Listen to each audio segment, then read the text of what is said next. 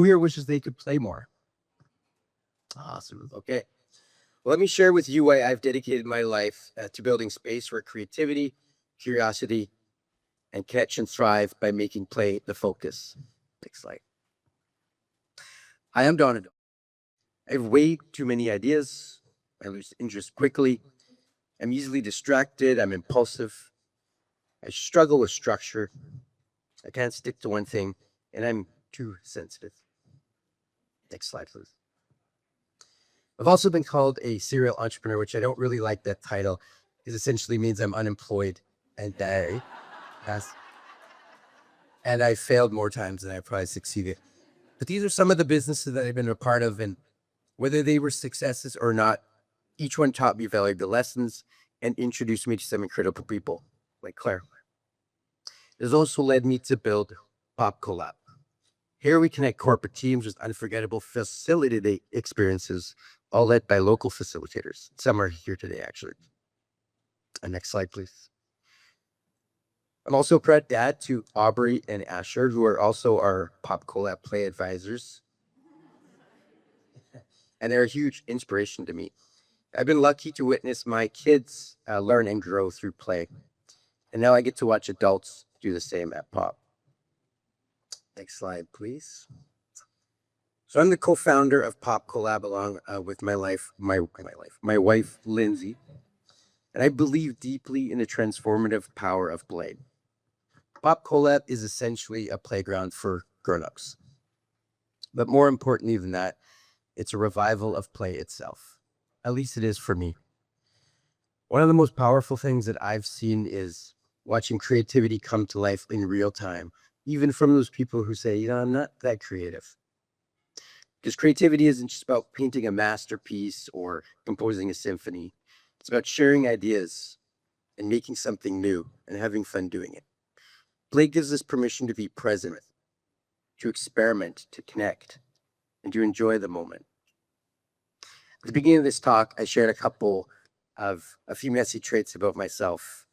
And being in a room full of creative people, I can bet that you probably recognize yourself in some of those traits. Way too many ideas, easily distracted, lose interest easily. Next slide, please. So it turns out I have ADHD. No big surprise there, probably. But I was diagnosed in my early 40s, and if you're diagnosed as an older adult, you know that this comes with a roller coaster of emotions.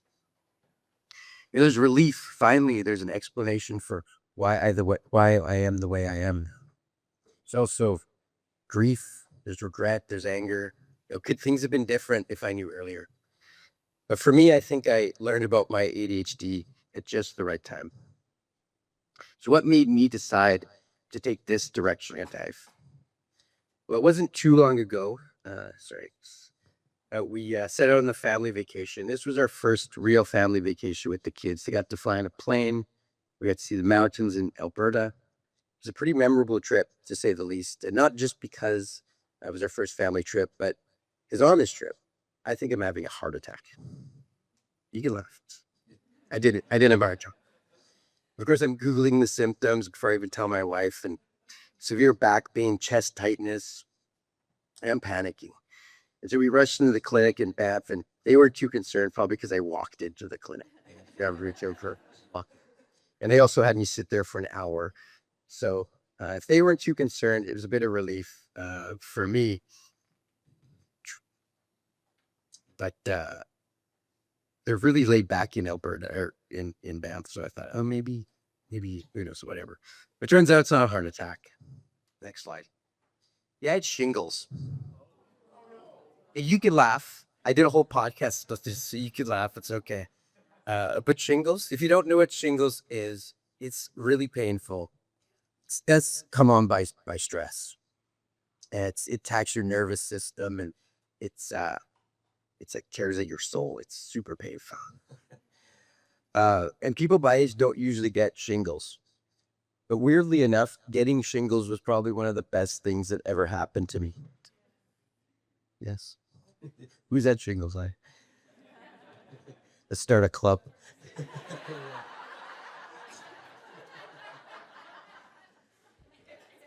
Yeah, it's a priority. But this was a huge turning point in my life, and it led me on this path to really understanding the importance of play. When that doctor in Banff asked me, "You're pretty young for this. What's stressing you out?" I think I've always just been a stressed person in my entire adult life, always anxious and restless. And I had the usual stresses everyone else has. But on top of that, I was adjusting to this medication and processing a lot of emotions. I was fairly new dad. But the thing that hit me the hardest, I didn't feel like I had purpose or a passion. I was working in this creative agency and I probably felt the least creative I've ever felt in my life. Here I was with this beautiful family, a history of accomplishments, but I couldn't shake this feeling that if I wasn't producing something or checking something off a list, I was just wasting time. So something needed to change. Like one of the biggest inspirations for Pop Collab and the reason I even got diagnosed with ADHD was my connection to Met High School. If you're not familiar with this high school, it's a non-traditional high school where students intern 2 days a week, learning hands-on in the real world. Once I was asked to speak at this school and I walked in there and I could feel something was different. Students were engaged. They weren't in a row of desks. They were sitting on tables, sometimes on the floor and by choice, not because they had to. And they had advisors and not teachers. And I remember thinking, if I had this school when I was younger, maybe things would have been different. Maybe I would have been sent to the hall every other day. And maybe I would have felt smart. Skip ahead a few years, my niece, who shared some of the same struggles I did growing up, she enrolled in Met. Not long after, her advisor suggested she get tested for ADHD. And learning what ADHD really was, it sounded a lot like me. Like any good ADHDer, I wanted to know everything there was to know. So I started a podcast with my friend Megs called Shingles of 40, fitting. I studied how the ADHD brain really works. They became a bit of a nerd and probably annoyed everyone around me, probably Anthony, especially my wife, with my random ADHD facts every day. After the shingles diagnosis and with everything I learned, I realized I needed a change. And then something kind of unexpected happened. Or sorry, I missed the spot there. But so after 20 years at the agency, I just walked away. No solid plan, no next job lined up, just a gut feeling that something needs to change. And then something unexpected kind of happened. The team at the Richardson building handed me the keys to an empty space and said, just do something. Now, for someone with ADHD, and getting a blank canvas, this is a dream. It's also terrifying. It's also like, what are these people thinking? Giving me free reign to do whatever I want. So maybe they had a little bit more faith in me than I had in myself. And I had a million ideas, too many ideas. But I started to build and experiment. And I finally found a use for all of that crafting equipment my wife bought and never used. The things started to come together. I was building things, I was tearing them down and building them again because I got bored. I probably moved things around that place 100 times since we've been in there, but I was enjoying every moment of it. I didn't realize it at the time, but I was playing, at least my version of play. The more I played, the more creative I felt. I became more curious. I was more productive, even if it seemed like I wasn't really getting anywhere. And I thought everyone should deserve this. And not everyone can quit their job and just play all day. But they can maybe they can find an hour or 30 minutes to reconnect to curiosity, creativity with others and even with themselves. And two things became apparent. Next slide. Oh, back one up. The environment we're in, not just the physical space, but the people around us, the sensory atmosphere, it plays a huge role in how we thrive.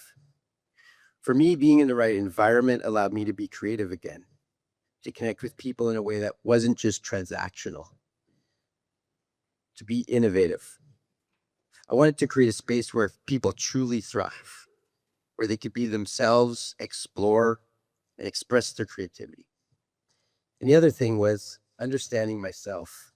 Getting diagnosed with ADHD is kind of like unlocking a cheat code. It gave me this roadmap to my brain, showing me where I thrive and where I likely struggle. What I really need to do is change my environment, not change who I was to fit in that environment. I needed to revisit play, not as a distraction, but as a way back to myself. And I thought this shouldn't be rare. I wanted to build a space where people could feel that too. A space where creativity, curiosity, and connection are just extras, they're built in. Play helps me understand myself better and maybe even feel a little bit more comfortable with those messy traits I described about myself. Next slide. I don't have way too many ideas. I'm creative. I'm an idea machine. I don't lose interest in things easily. I love novelty. I'm driven by passion and curiosity. I'm not impulsive. I'm a risk taker. Spontaneous. I take action. I'm not too sensitive. Maybe I'm a little too sensitive, but I'm also passionate. We're all creative by nature, and play can help us unlock that creativity. But it can also allow us to be present and become more aware of who we are. Thank you.